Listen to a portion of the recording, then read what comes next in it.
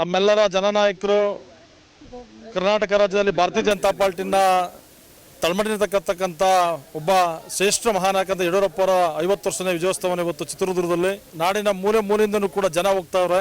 ಇವತ್ತು ನಮ್ಮಿಂದನೂ 1000 ಜನ, ಒಂದು 25 ಬಸ್ಸು, ಒಂದು 50 ಕಾರುಗಳು ನಾವು ಕೂಡ ಹೋಗಿ ಆ ಸಂಭ್ರಮಾಚರಣೆ ಭಾಗವಹಿಸಿ ಅದನ್ನು ನಾವು ಕೂಡ ಕಣ್ತುಂಬಬೇಕು ಅಂತ ಹೋಗ್ತಾ ಇದ್ದೀವಿ. ನಮ್ಮ ಜಿಲ್ಲಾಧ್ಯಕ್ಷರು, ನಾವು ಮತ್ತೆಲ್ಲ ಹೋಬಳಿ ಮಹಾಶಕ್ತಿಯ ಅಧ್ಯಕ್ಷರುಗಳು, ಕಾರ್ಯಕರ್ತರು, ಮಹಿಳಾ ಮೋರ್ಚಾ ಕಾರ್ಯಕರ್ತರು, ಎಲ್ಲ ಮುಖಂಡಗಳು ಕೂಡ ಯಡಿಯೂರಪ್ಪರ ಅಭಿಮಾನಿಗಳು ಎಲ್ಲರೂ ಕೂಡ ಸೇರಿ ಇವತ್ತು ನಾವು ಚಿತ್ರದುರ್ಗಕ್ಕೆ ಹೋಗ್ತಾ ಇದ್ದೀವಿ.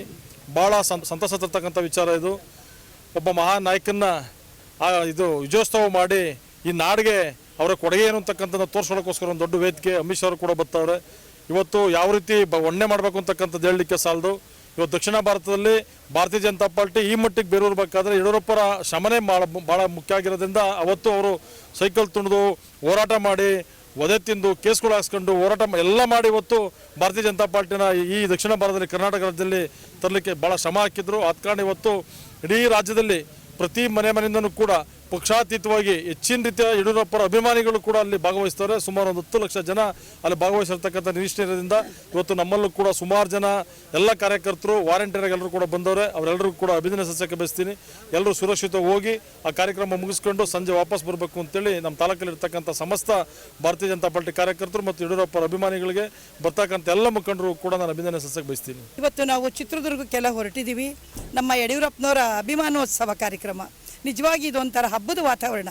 ಎಲ್ಲರೂ ಪ್ರತಿಯೊಬ್ಬರು ಇದಕ್ಕೆ ಜಾತಿ ಭೇದ ಮತ್ತು ರಾಜಕೀಯ ಆ ಪಾರ್ಟಿ ಈ ಪಾರ್ಟಿ ಎಲ್ಲ ಪಾರ್ಟಿಯವರು ಸಹ ಬರ್ತಾ ಇದ್ದಾರೆ. ಇವತ್ತು ಪ್ರತಿಯೊಬ್ಬರು ಖುಷಿಯಾಗಿ, ಯಾಕೆಂದರೆ ಇವತ್ತಿಗೆ BJP ಅಂದರೆ ಆ ಕಾಲದಲ್ಲಿ ಯಡಿಯೂರಪ್ಪನವರು ಒಬ್ಬರೇ ಸಿಂಗಲ್ ಆಗಿ ಸೈಕಲ್ ತುಳಿದು ಕಷ್ಟಪಟ್ಟು ಇವತ್ತು ಕಟ್ಟಿದ್ದಾರೆ. ಭಗವಂತ ಅವ್ರಿಗೀಗ ಇನ್ನು ಆಯುಷ್ಯ ಆರೋಗ್ಯ ಬಗ್ಗೆ ಎಲ್ಲ ಕೊಡಬೇಕು.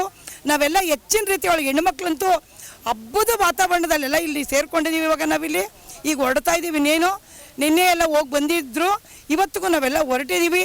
ಹಂಗಾಗಿ ಎಲ್ಲರೂ ನಮ್ಮ ಮಹಾಸಭಾ ಗ್ರೂಪು ಪ್ರತಿಯೊಬ್ಬರು ನಮ್ಮ ತಾಲೂಕು ಚೌಧರಿ ಅವರು ಎಲ್ಲರಿಗೂ ವ್ಯವಸ್ಥೆ ಮಾಡಿದ್ದಾರೆ. ಗಾಡಿಗಳದು, ಬಸ್ಗಳದು ಎಲ್ಲರೂ ಇದರಲ್ಲೇನು ಅವರು ಕೇಳಬೇಕಪ್ಪ ಏನಿಲ್ಲ. ಜಿಲ್ಲಾಧ್ಯಕ್ಷ ರಾಮಕೃಷ್ಣಪ್ಪವರು, ME ನಾಗರಾಜ್ ಅವರು, ಸಪ್ತಗಿರಿ ಶಂಕರನಾಯಕ್ ಅವರು ಎಲ್ಲ ನಮ್ಮ ಮಹಿಳಾ ಟೀಮು ಏನಿದೀವ ಎಲ್ಲ ಹೊರಟಿದ್ದೀವಿ.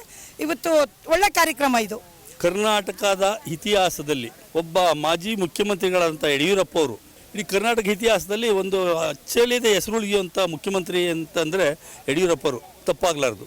ಈ ನಾಡಿನ ಕಡು ಬಡವರಿಗಾಗಿ, ರೈತರಿಗಾಗಿ, ಮಹಿಳೆಯರಿಗಾಗಿ ಎಲ್ಲ ವರ್ಗದವ್ರಿಗೂ ಸಮಾನಾಂತರವಾಗಿ ಜಾತಿ ಧರ್ಮವನ್ನು ನೋಡದೆ ಸಮಾನಾಂತರವಾಗಿ ಯಾರಾದರೂ ಒಂದು ಮುಖ್ಯಮಂತ್ರಿ ಕೆಲಸ ಮಾಡಿದ್ದಾರೆ ಅಂದರೆ ಯಡಿಯೂರಪ್ಪರು.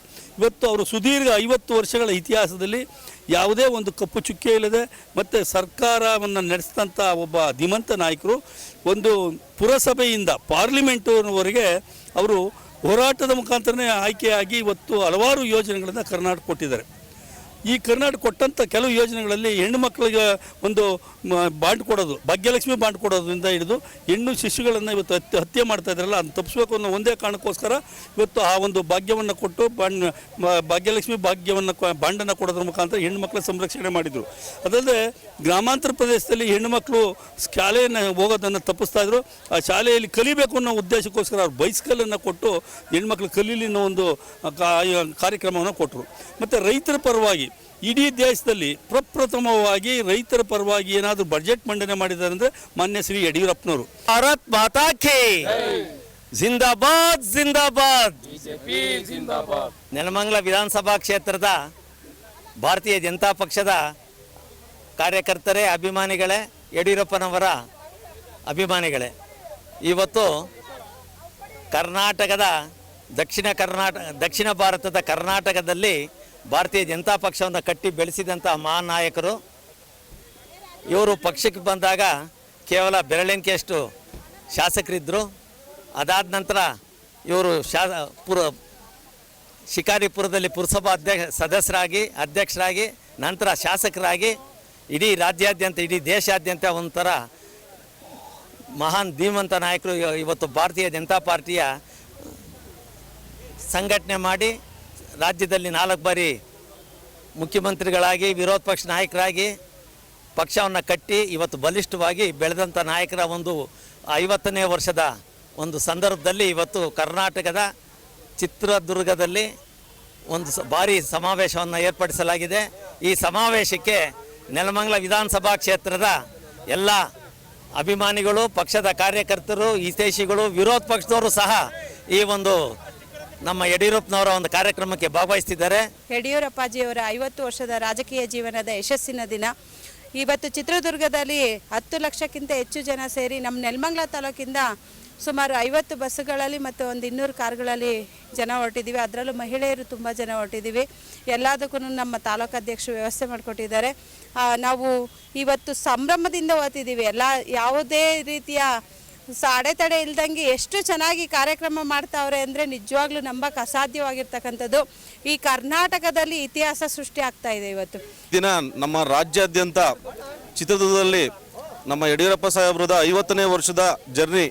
ಕರ್ನಾಟಕ ರಾಜ್ಯದಲ್ಲಿ ಇಂಥ ಹುಟ್ಟು ಹೋರಾಟಗಾರ ಯಾರು ಈ ಮಟ್ಟಿಗೆ ಹೋರಾಟಗಾರ ಯಾರೂ ಇಲ್ಲ ಅಂತ ಹೇಳಕ್ಕೆ ನಾನು ಹೆಮ್ಮೆಯಿಂದ ಹೇಳಕ್ಕೆ ಇಷ್ಟಪಡ್ತೀನಿ. ಯಾವುದೇ ಸಮಯದಲ್ಲೂ ಸಹ ಯಾವುದೇ ಸಮಯದಲ್ಲೂ ಕಾರ್ಯಕರ್ತರನ್ನ ಮತ್ತು ನಾಯಕರುಗಳ್ನ ಮತ್ತು ಏನು ರಾಜ್ಯದ ಎಲ್ಲ ಜನತೆಗಳ್ನ ಯಾವತ್ತೂ ಕೊಟ್ಟ ಮಾತನ್ನ ತಪ್ಪದ ಹಾಗೆ ನಡ್ಕೊಂಡಂಥ ಒಬ್ಬ ಏಕೈಕ ವ್ಯಕ್ತಿ ಯಾರಾದರೂ ನಮ್ಮ ರಾಜ್ಯದಲ್ಲಿ ಏನಾದರೂ ಇದ್ದಾರೆ ಅಂದರೆ ಯಡಿಯೂರಪ್ಪರು ಒಬ್ಬರೇ ಅಂತ ಹೇಳಕ್ಕೆ ಈ ಸಮಯದಲ್ಲಿ ಹೇಳಕ್ಕೆ ಇಷ್ಟಪಡ್ತೀನಿ.